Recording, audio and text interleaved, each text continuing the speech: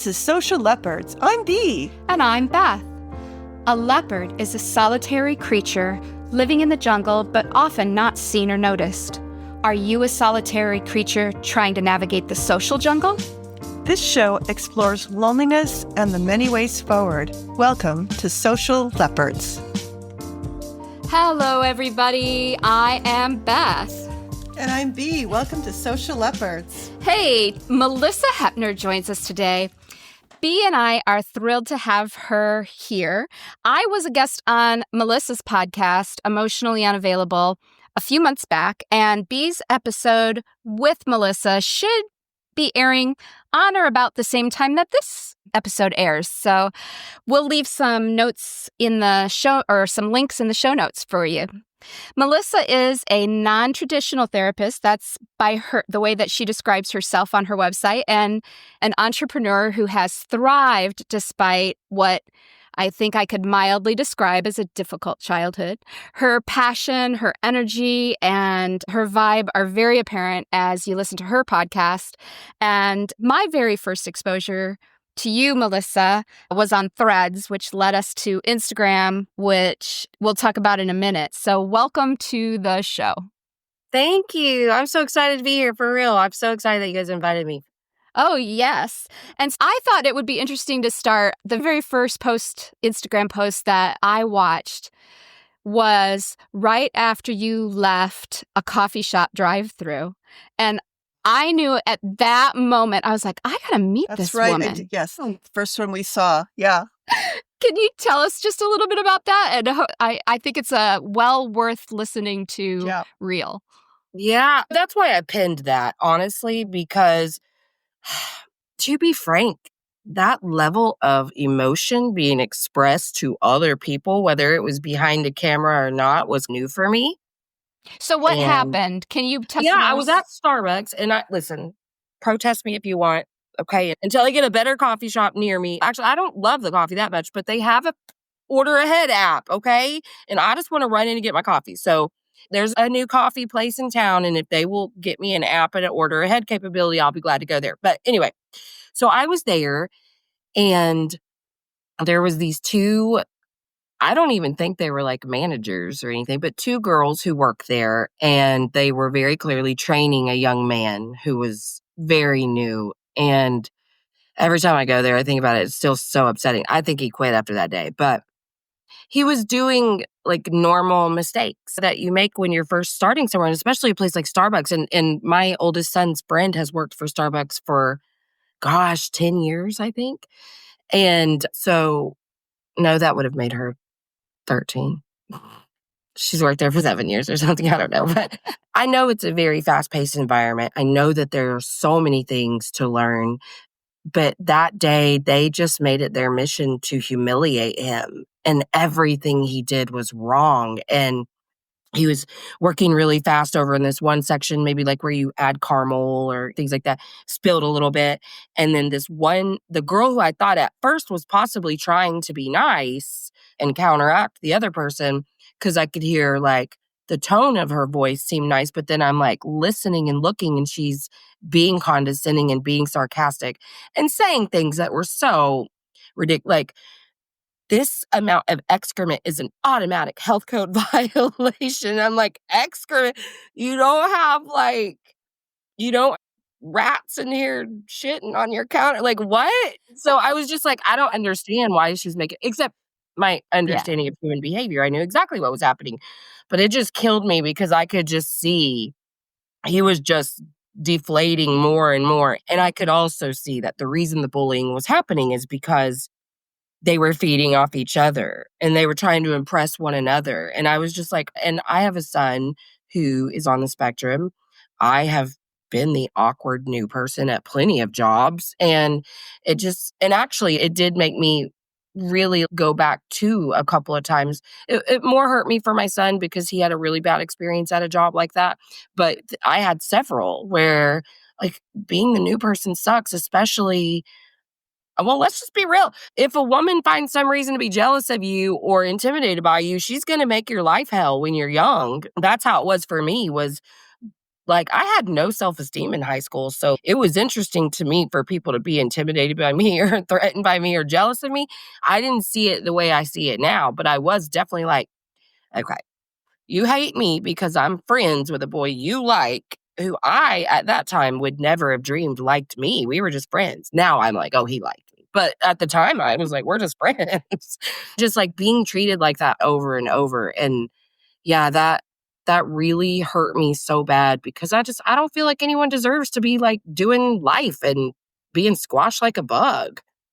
Exactly, and the compassion that you showed for that individual, I, like, wanted to go find him and make sure he saw that reel because it's so awesome, and we talk about both self-compassion and compassion for others all the time and the importance of the difference that can make in somebody's day or even their life to be Their life. shown that moment. Mhm.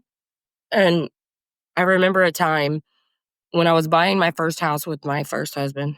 I was telling my mom about the mortgage lady, like, it was someone at the broker's level being so kind to me, and she said, "Missy, it makes me so sad that, like, you get that happy and that excited when someone's nice to you." And I was like, "Yeah, I guess I do make a really big deal about it," but I felt like up to then and for many years after, that was, like, most of my interactions out in the, like, greater world at large. Like, every time I was interacting with someone, like, was being rude about something, and I was out here just trying to spread love, and, like, I've always been a fraction, like, there's always been this here.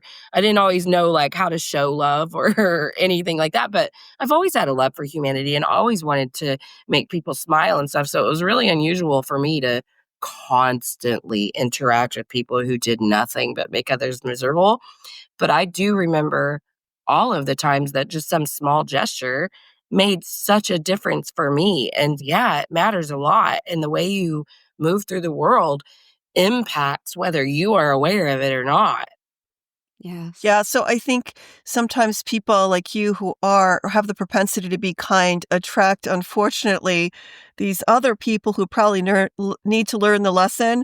So you're doing a community service sometimes. And I feel like with me, I'm a school psychologist during the day, and I do feel like I'm always having to deal with these difficult people more often than not. And it really, like you, I want to be kind to people. I want to leave the world a better place. But it can be very triggering to just be like, "Oh, can you just not be rude today? Can you just stop it?" You know? Can I ask you this?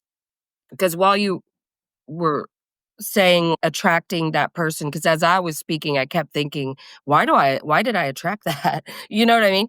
But I'm wondering too, is that one of your big wounds in life is being dismissed and minimalized?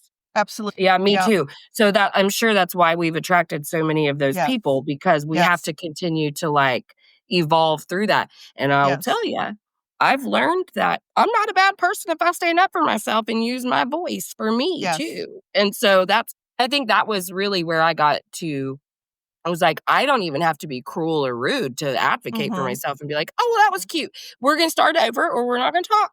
But Yeah.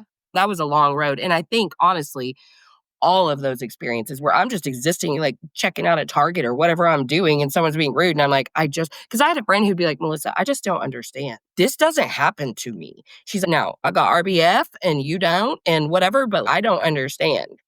I was like, "No, I really don't either. I really don't because I'm doing my best."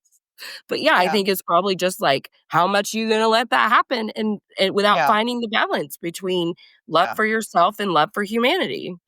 Yeah, but of course, with my profession, that's par for the course. You're gonna Oh have yeah, those you don't people. get to These are talk. people.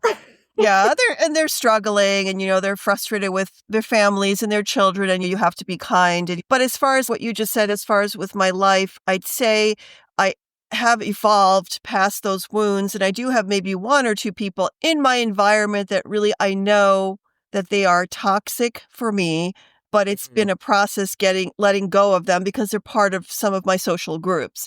But I'm Sure. definitely way better at seeing it and giving myself the pause, say, do you really want to engage with this person, even though they're part of this group? Can you somehow keep yourself apart? And it's more Right. complicated.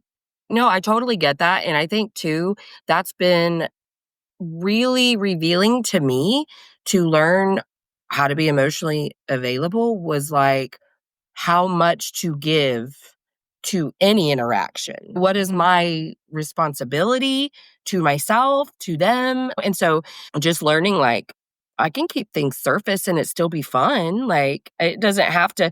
My big thing with toxicity is there's nothing more toxic to me and my spirit than the little I'm trying not to cuss. Y'all know I'll be so natty mouth. It's okay. The I like people it. that just do nothing but shit, bitch. Like they're just constantly complaining or want to talk. The complaining is it doesn't even hurt me as much. Now I'll stop you and switch the subject. But like that doesn't hurt me as much as the nonstop talking badly about others. I get it. I did it too all day, every day. That's how I initiated connection. That's how we stayed connected. There wasn't a person off the list either. Anyone was up for grabs on who to talk bad about. And it didn't feel like gossip and it didn't feel like being a bad person. But ultimately, it was pretty negative. And even for my own spirit, that was so bad for me.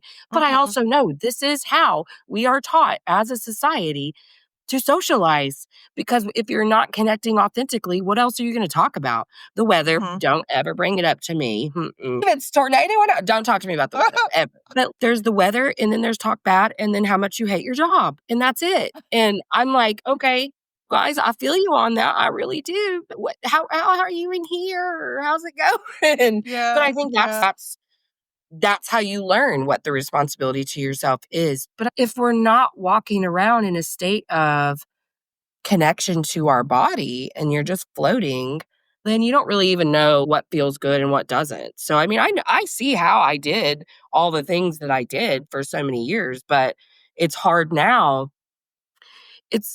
I can't say I really feel isolated, but I do feel sometimes I wish I could talk to that person, but I did it too many times to where I realize they're still going to be that person. And it's also not fair of me to continue to take on people as projects and to continue to hold them to a standard of of course, I know they could be anything. With my clients, sometimes I'm like, okay, that's fair. But you could put any man in this position if they just this and they just that. Sure, then anyone's going to be compatible for you, but we got to deal with what's right in front of us.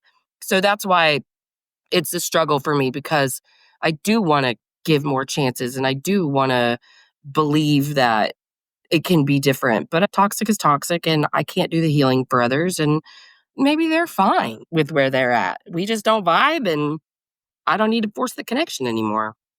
Yeah, I think a lot of people are unaware of how they are affecting others. And I think there's a degree of arrogance in that, depending on what you do for a living, depending on how you've been socialized. I do know of a particular person who I think this person is completely unaware of the fact that she is destroying a lot of relationships and she just goes from relationship to relationship and that's it. So I don't think she values what she has. So Yeah. that's called more like narcissism and probably character disorder, right? And I don't know. Is she a Gemini? I think sometimes too, especially when you're younger, right? You should know better when you're older, but when you're younger, a lot of times some of that mean girl stuff happens because you're seeking that self-acceptance or that acceptance in your peer group, not self-acceptance. And it's so much easier to just go along with that crowd. And I don't know. Yeah. That's true. I hate it so much. And I think I went along sometimes as a teenager, but I am glad I finally found my way forward there. Yeah. Yeah.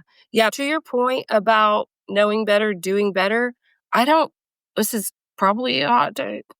I feel weird saying this, but I don't know that you can know better if you haven't like really dealt with your stuff. Like, sure, you can hear all this rhetoric that we preach all the time. It doesn't mean shit if you haven't done the work. I'm not going to take the accountability away from anyone. But also, I think I love to reframe things like that so that I'm never taking them personally. Like, I always want to stay in the center of nothing that they do changes my worth or value as a human. And I love to just step back, take one step to a kicker, college football kicker, how they get it. It gives you a different angle to where you're like, okay, yeah, that really doesn't have anything to do with me. And I can see exactly where they're like needing some work, but that's not my job. I don't have to like it. I don't have to love it. I don't have to fix it either. And I don't have to be around it. But the only reason I reframe stuff like that is just because we can really let things like that hurt us on this real deep level, because that's where all of our wounding is. All that abandonment and rejection and neglect and betrayal is just sitting there ready for someone to open it up at any time. And it does, and it can hurt so bad, but I just always try to stay really centered in the fact that I'm the magic. Yes. Take back your power. Yeah. Mhm. Yeah. You know, of course, our podcast is about loneliness and anxiety. What do you do? What are your thoughts when you get a client that struggles with that? How do you help them get past that? Mm, anything to do with anxiety, I approach like, okay, if you've listened to any of my shows, then you know what I'm about to say, but if you're in your head, you're not in your heart. So, like, anytime that there's a thought spiral, which is all anxiety is, right? It's just yourself lying to yourself and then reconfirming the lie and just over and over. Not that I haven't done it a bajillion times myself, but yeah. So, what are you not addressing in there? And loneliness and anxiety go hand in hand, because if you are avoiding feeling loss or betrayal is so big in loneliness, because I'm going to reject you before you reject me, and rejection and abandonment. So like all of those wounds are why we stay stuck and why we're sitting in isolation without really knowing how to reach out. But that's the thing is, I have always been a magnet for people, good and bad. I mean that in a good way for this context. And I when I choose to, I do shine very brightly. So that being said, I was still taking people on as projects. So the whole thing on was for like, how can I serve you or whatever, just to avoid my own stuff and feel like I was doing something Yep. good. Yep. But I was pretty lonely. Like I viewed myself as like a peripheral friend, not because I wasn't super important in their life. A lot of times I was the center of their life because they didn't know what to do without me, which is obviously what I wanted. But where was anyone that I could go to? And I'm sure that there Mhm. were people that I could, but I didn't feel Mhm. like I could because I didn't know how to say it. Mhm. Like, whenever I was in a mental health crisis, literally it just got to where I was like, nobody really wants to hear about how I want to die anymore. So I guess I'll just not talk. And I didn't. And then that's why I lost half a friend group, because I stopped talking about how depressed I was because they didn't care. Straight up. It was obvious. They're like, oh, we don't really know what to do with that, because usually you're the one who's listening to Mhm. us, and Mhm. Yep. we're not licensed clinical social worker here. You are. So I don't really know what to do. And then so I stopped talking, and then I would only talk about good things when something good was happening or whatever. But then that pissed them off. So it was like I was screwed no matter what, because they're like, oh, you only, la, la, la. And I was like, I'm so confused. You didn't like it when I talked about wanting to die. And now you don't like when I tell you I just published a children's book. Whatever. It was like, gosh. Can't But win. I did that to myself because I built that loneliness and isolation off of a belief that I wasn't worthy enough for people to be there for me. Honestly, when I dug really deep, that's what it came down to. So, if we're dealing with loneliness and anxiety, got to dig deep and understand which wound we're not addressing, because that's what our brain does. You know, I work in grief too, and we can get really caught up in some really nasty thought cycles just to avoid saying to ourselves, I'm never going to see them again. And A, I can't fathom that. And B, I already miss them so much. Like, what is that? Like, how can I sit in this hurt? But we're so afraid of that. We're so afraid of feeling because we just are so sure that it's going to feel as bad as it did the very first time we felt that. I don't know if I Also, answered your question. I'm sorry. oh, no, that's okay. It just sparked a thought of a lot of people that I've spoken with, and some of the feedback that we've gotten through our email. People who are afraid to leave someone because they would rather stay with the bad person than leave the bad person and experience the loneliness. Right. And it is such a difficult conversation to try to have. And Mhm. I don't have a therapy practice, so I always try to refer them out. Exactly. Yeah. Yeah. But that we get a lot of that feedback where people are like, I know I'm in not the healthiest relationship, but I just cannot bear the thought of being alone again. Yeah. Yeah. Oh, so I guess I would say, what did alone look like? What was that? Like, what did it Mhm. look like? Mhm. And why are you so convinced that's the way a loan always has to look. In my membership, I'm doing a lot of like mindset work because that's all it is. I have clients that are like divorce or whatever, they're contemplating it and it's, but my kids and blah, blah, I'm like, oh, blah, blah, blah. So the thing that we do as humans is we try to predict our environment, right?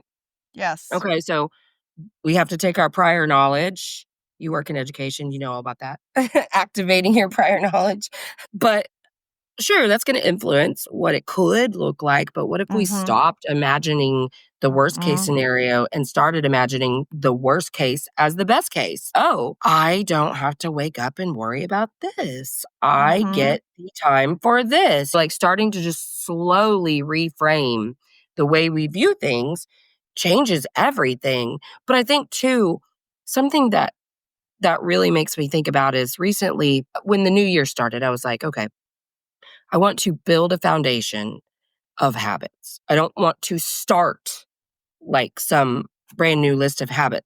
If I want to be very intentional about how I live, I need to incorporate a few more things. Like I was like, I don't have a spiritual practice. I want that. And I don't have this and blah, blah, blah. And so I was like, how can I not attach that to achievement? Because I don't actually get any control over that. Like I'm working hard, but I don't get control over what post hits and what any of that stuff. So what can I control? And I think it really made me stop and think. I know this sounds so cliche, but foundations aren't even poured overnight. Like they start with leveling the ground and they start with the next steps. And how can we incorporate small shifts in the way that we think to get from 1 to 10, but 10 being like the new starting point and not all of a sudden everything in our life is perfect because we did these 10 steps. But I think that we get so ahead of ourselves because we're afraid of a lot of stuff. We're afraid of loss. We're afraid of abandonment. We're afraid of rejection. We're afraid of neglect. We're afraid of betrayal, afraid of abuse. And so I just am like learning how to take really small steps into shifting the way I look at things. And that's what I'm encouraging my clients to do too. Is just like, hey, Rome wasn't built overnight, man. And I know that people like to say that stuff and it be a platitude, but it's very real. And until you get really comfortable with the fact that, yeah, sometimes it's gonna suck and sometimes it's gonna hurt, but none of it feels as bad as the things that we have done to try not to feel. Yeah, and I agree. That's brilliant advice. The small step thing. I am in a situation now with my parents going through caregiving with them. And Mm, my great friend always reminds me to take each day at a time, to not over dramatize everything and just to take a breath and just rethink what's going on and remind myself that my father is 90 years old and my mom's going to be 88. And they're probably not aware of what they're doing all the time. But yes, you have to constantly just take it easy, small steps, and not get overwhelmed. But, I go to the place like, oh my God, what's going to happen to this and this? And I have to mhm. just stop, So, yeah. No, I totally get that. And that would be so hard too, because whether you like have a great relationship with your parents or not, they're the ones who created any of your wounding from childhood. So like they're opening it up all day, every day. And it's so hard to not be that kid Yes. every time. Oh, Believe me, I know. I lots don't of, have any of that left, but I remember. yes, lots of suppressed curse words. Yeah. Yeah. Yes. I I just love remember it. being like, you are never going to change. Like in my head, like, how have you been this way your entire life? Yes. And then Yeah. looking back, you're like, hey, I really should have been more of an adult. But I was the kid in that situation. Like, even I don't care how old I am, I'm the kid. So, Yes. what? And I think, too, like, when you are shifting responsibilities and roles like that, it's very tricky for all parties, obviously. But because there's still a little bit of fear of disappointing them and not measuring up. So, when it comes to making decision for 90-year-olds, Mm-hmm. removing the keys from them, things Mm-hmm. like that. Working in hospice, man, I had to walk people through that all the time because it's like, baby, you're not their kid anymore. You're their caregiver. And you Right. can't care about making them mad when it's a decision that's not just life saving for them, but everyone else on the road. Yep. Yep. Yeah. You need to be driving, baby. Yep. Yeah. Yeah. Thank And you for that. I appreciate yes, that a lot. absolutely. Yeah. And there's this line because right now I know there is a lot of focus on person-centered care, and I'm speaking for B. She's trying to honor what her dad wants with what her mom needs, and the two things are completely at odds with each other. So it is Totally. really a hard line or a path to follow. It's very narrow, and then it keeps changing paths, and Yeah. what B thinks is best is not necessarily matching up with what Yeah. dad thinks is best. Yeah. Yes, yeah, and especially if your family was very, like, dad rules the roost or whatever, it's all a very tricky dynamic, and I'm glad that you have someone that you can just bounce stuff off with because ultimately you are the ones left to make decisions, but, like, these people aren't the people who raised you anymore. You You're know what I right. Yeah. mean? Yeah. And we don't have the same regardless, like, the promises that we make to these people in our, like, younger life and in their younger life about how we're gonna care for them in their old age, I think that we should normalize, like, we don't have to stick to everything we've ever promised because we were a younger version of ourselves then too. We didn't really know what the hell we were signing up for. Not to say quit being a caregiver or quit whatever, but just, like, understanding within yourself that you're still doing a really good job even if you just stay within the things that you have the time, energy, and resources for, and that you're still doing all of the things to honor the love and life that they provided for you. But nobody knows what the hell this is going to look like when your parents get elderly. You don't know what you're signing up for. And I used to have a lot of people who would just be like, just so distraught that, but I promised them this and I promised. I would just try to reframe how you view, like, breaking a promise because that wasn't you that promised. That was a former version of you. And how can we, again, back to the point of what do we have right in front of us right now and not what was or what will be? What's the best decision that can be made in this very moment? And practicing all that love and compassion for yourself at the same time. Because listen, caregivers get sick AF, okay? You have to take care of yourself or else and you know Yeah. that.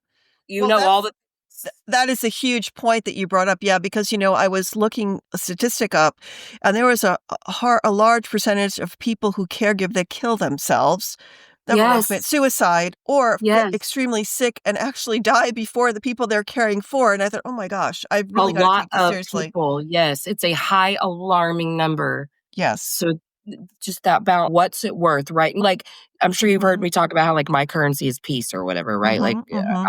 I have to determine how much peace I'm willing to give up for any given situation. Like, yours is health, bro. Like, you gotta, I don't know, how can I do this while I'm still caring for myself Yeah. first? Yeah. Because this is a really controversial thing to say, and I really do mean this from a very loving place, so just know that. Hmm.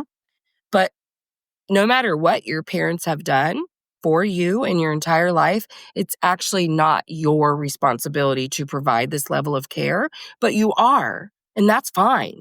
But do it to your own level of comfort and because you don't owe them shit. And I Yeah. mean that with love for both you and them, but you don't owe them.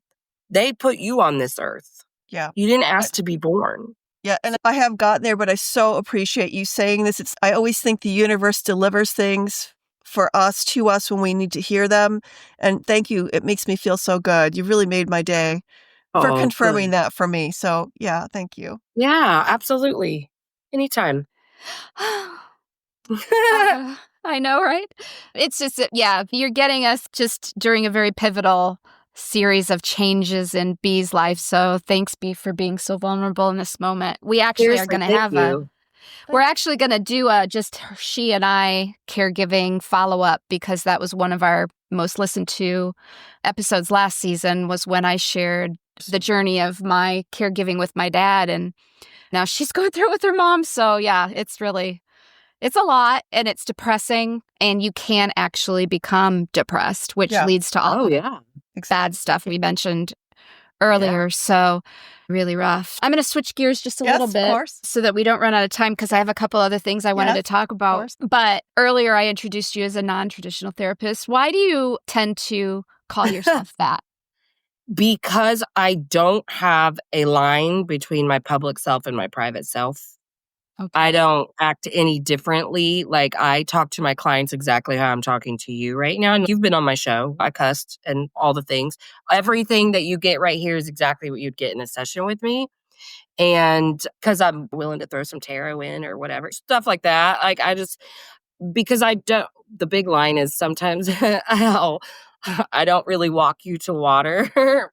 I usually waterboard you with information because I don't sit and do the dumb. That was rude. Let me take that back. It's not my style to say, how does that make you feel? Exactly the phrase going through my mind is she's going to say, how did that make you feel? Yeah. Yeah, I was like, oh, let me not call it dumb.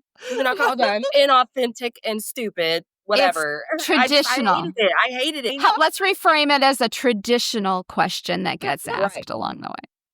Yeah, and it's just things like that. Or like even some of the things that you're taught in grad school about what to do and what not to do. I'm going to flip flop those. I'm going to do a lot of the stuff I'm not supposed to, and I'm not going to do some of the stuff For instance, I don't love diagnosis. I don't love it because it's quite literally a list of attributes that we throw together to give someone a label. I'm not like anti-labels.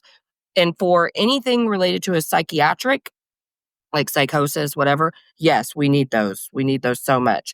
I've just seen too many people get really trapped in the loop of bipolar diagnosis, BPD, and I can't think of the other one, but it really irritates the shit out of me. And so I don't want to be that person.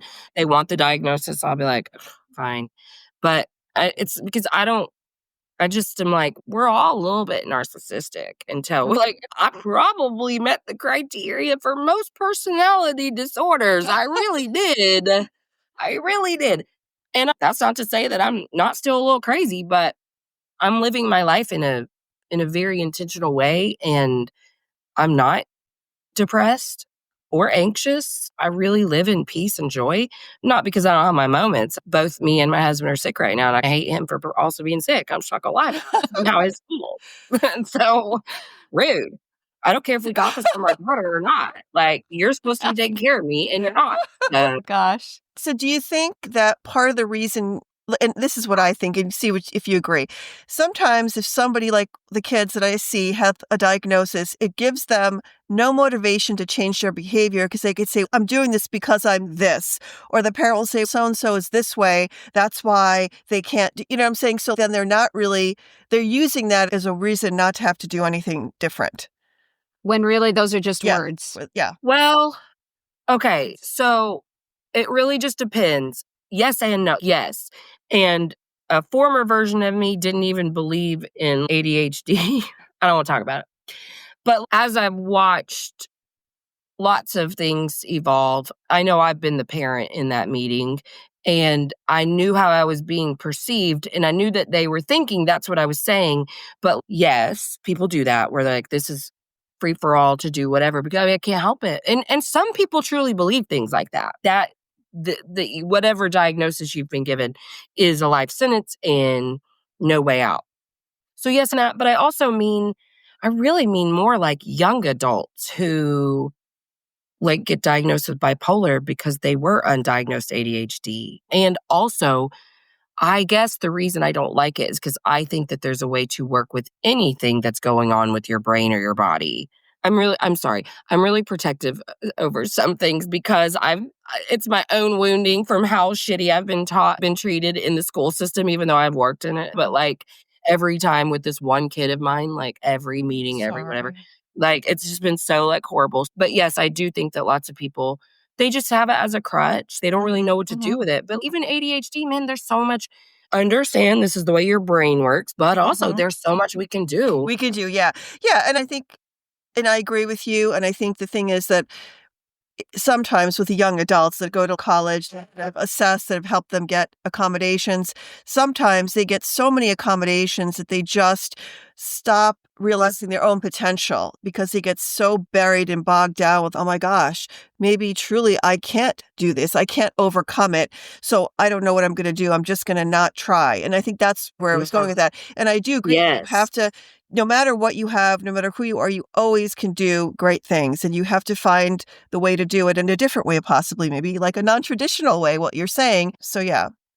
Yeah, and I think I look at myself, and because of my trauma brain, like, I didn't learn in school through primary school. So, like, I have a kid who just knows so much history and stuff, and I'm like, weird. I wonder if they taught that when I was a kid, because I certainly don't remember any of it, because I just couldn't. I was not focused. I was not whatever.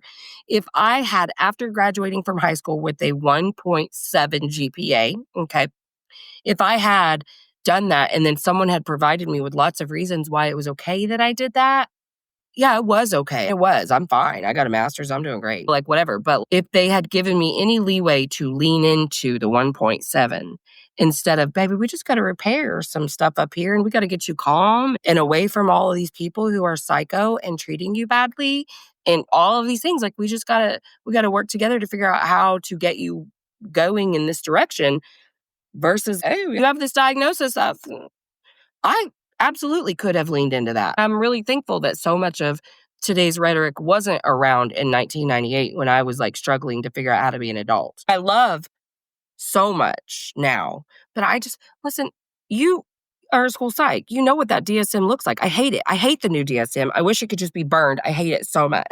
Like, Yeah. diagnosis criteria is ridiculous. Yeah, it's a guideline. I mean, we have Article 7, so we look at a little bit beyond that. But yes, definitely, I'd say that's great. But how are we going to help you reach your potential in school despite all of your hindrances? And I'm always the person that likes to give them the most potential to do well. So I'm going to give you the least accommodations and see what you need versus like, you need all this stuff. No, you're a human. Yeah. You're unique. You're great. You're you. And we need to know who you are now. And then we can go from there. But I think a lot of people want to just, they assume so much. That's the one thing I can't stand. Like when I write those reports, I'm so careful about respecting the child and the parents. Sometimes they'll write these nutty things in their histories. And I'm just like, are you really sure you want me to write that? Because people are it's like going to everyone who ever reads this is going to know that. Rude. Yes, Yeah. yes, exactly. So yeah, I mean, I'd say that when I think about the kids that I work with, it's like my child. And it's like me when I was bullied as a kid in high school. I was, an immigrant's daughter.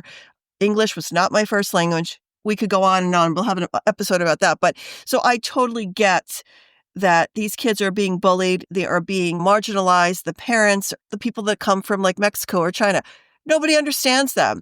And they're assuming so many things. Like when I went to school, real quick, people didn't know that I spoke another language and wanted to put me into an intellectual disability class when I was 5.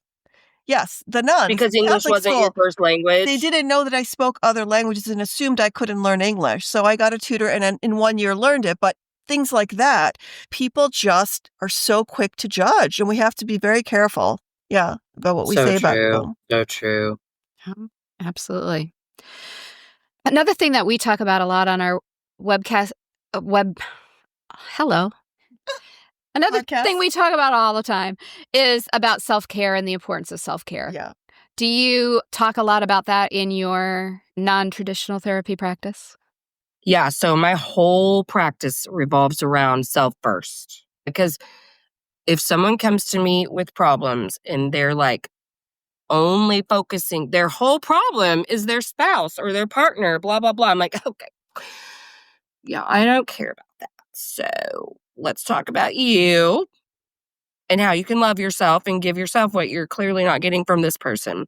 But I think because I had, a spiritual awakening during my whole healing stuff, it really it was such an aha moment where I felt like actual love and compassion for myself. And I think that's the only way that you can give those things to others is to stay in them within you. And that's how I try to make every decision and how I encourage my clients to make decisions. Like, you can choose to leave a relationship from a place of spite, or you can choose to leave a relationship from a place that's, you know what? People are people, and I don't have to hate you. Like, this doesn't have to be about me at all. Like, I'm perfect. So if you don't like me, that's fine. But like, I'm going to leave this from a place of love for myself versus, and they don't give me this and they don't give me that Mhm. and they blah, blah, blah. And that's fair. It's fair. It's just, I'm just talking about a different level of consciousness where you love yourself so much you couldn't possibly allow somebody else to not love you like that. And also to understand that romantic love is not real. That's not love at all. That's dopamine, serotonin, oxytocin. That's not love.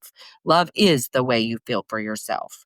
When you can fill yourself up and say, man, I feel a little rejected by that right now. Why did that open some rejection up? Okay, what am I needing? And give that to myself and not you this, you this, you this, meaning you hate me or I'm not good enough or I'm not measuring up.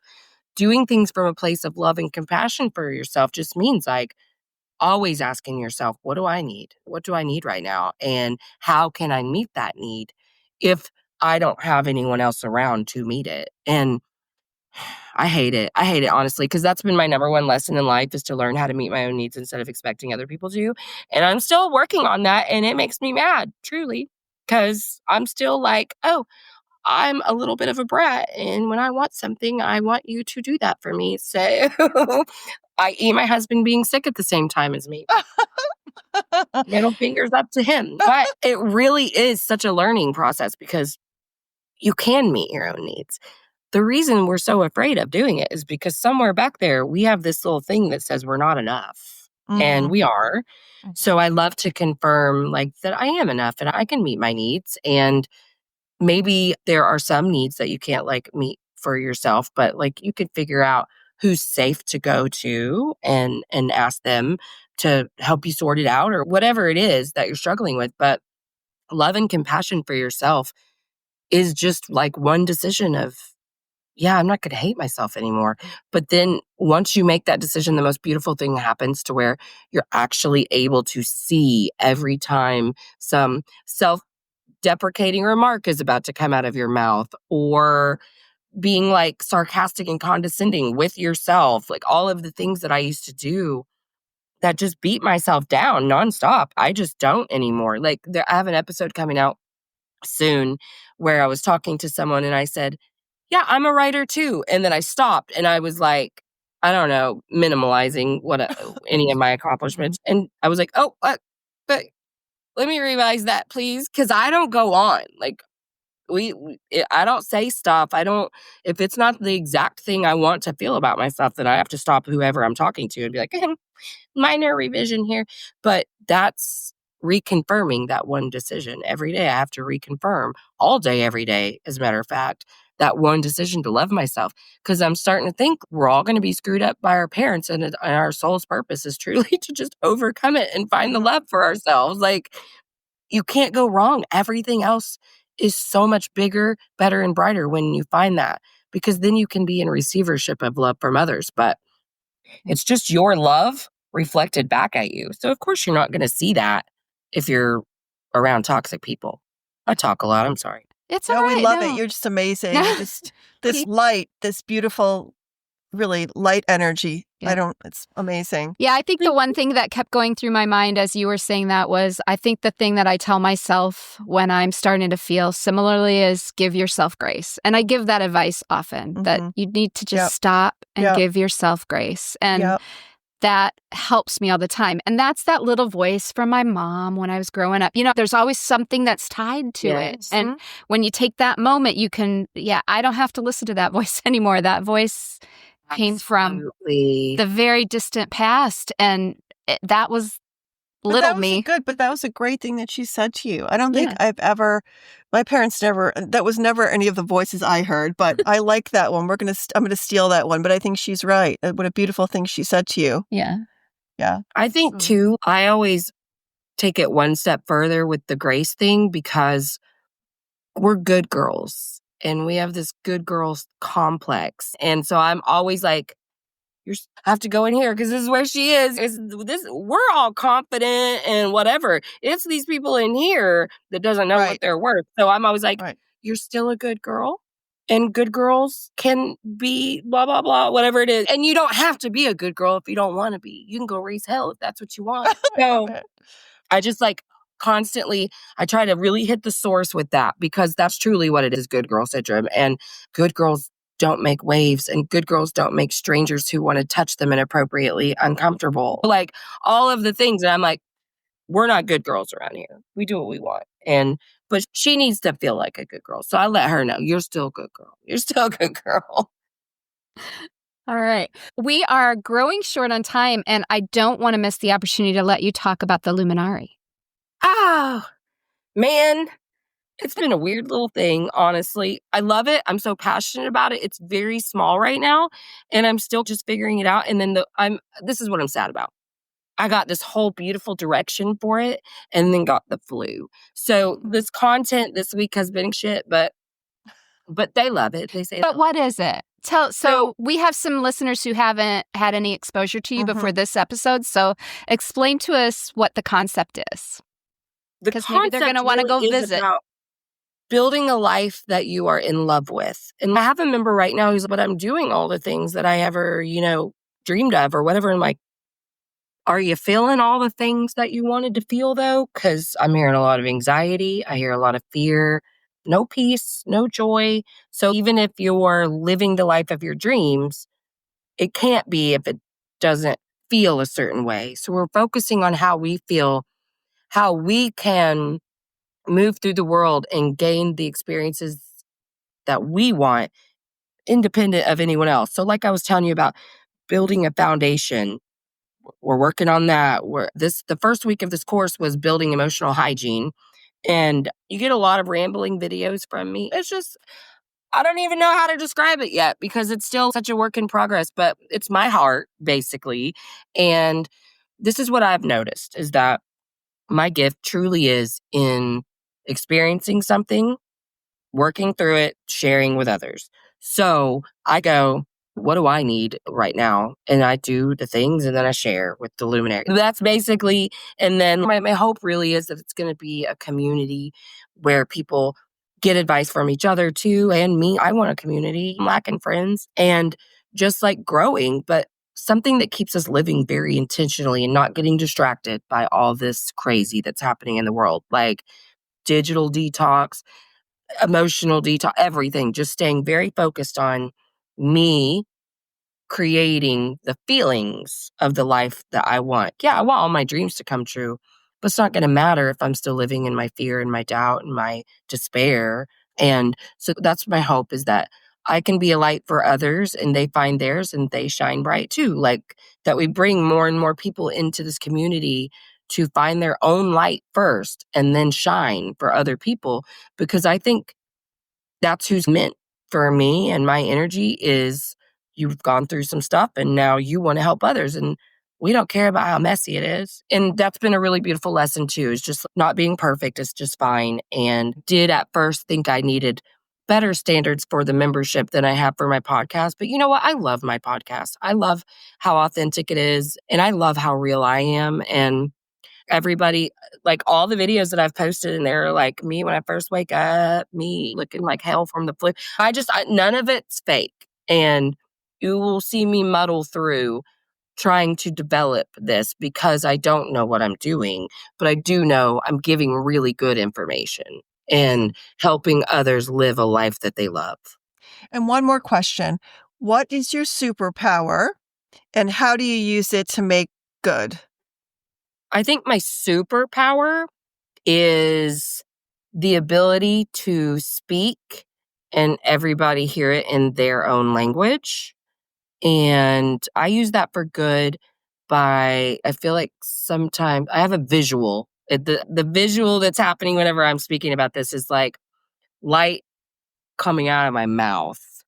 So like if that was like a spotlight, if I opened my mouth and it created a spotlight for others, that's what I think, because I think my voice offers a lot of hope.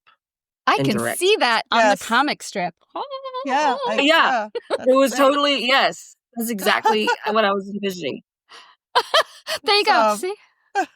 Those were my acting skills, people. Awesome. Love it. This is really a joy to meet you and talk to you. I mean, it was really quite a treat. So thank you so much for your time. Yes, I had such a good time too. I'm so glad I was feeling better to be able to come on. Oh, we were too. Thank Yep. you so much. All right. Yeah.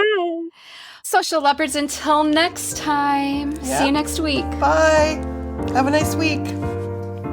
Hey, social leopards. Don't slink back into the jungle quite yet. We have 2 important messages to share. First, remember to like this episode, drop us a comment, and if you haven't done it yet, follow this show or subscribe to our YouTube channel. You can reach us on social media. You can also email share@socialleopards.com to contact us privately. All links are in the show notes. We love and appreciate hearing from those who listen to the show. Second, we want you to know that this show is not intended to be a replacement for professional therapy. If you are struggling or if you need to interact with another person, check out the show notes for resources. Thanks for listening.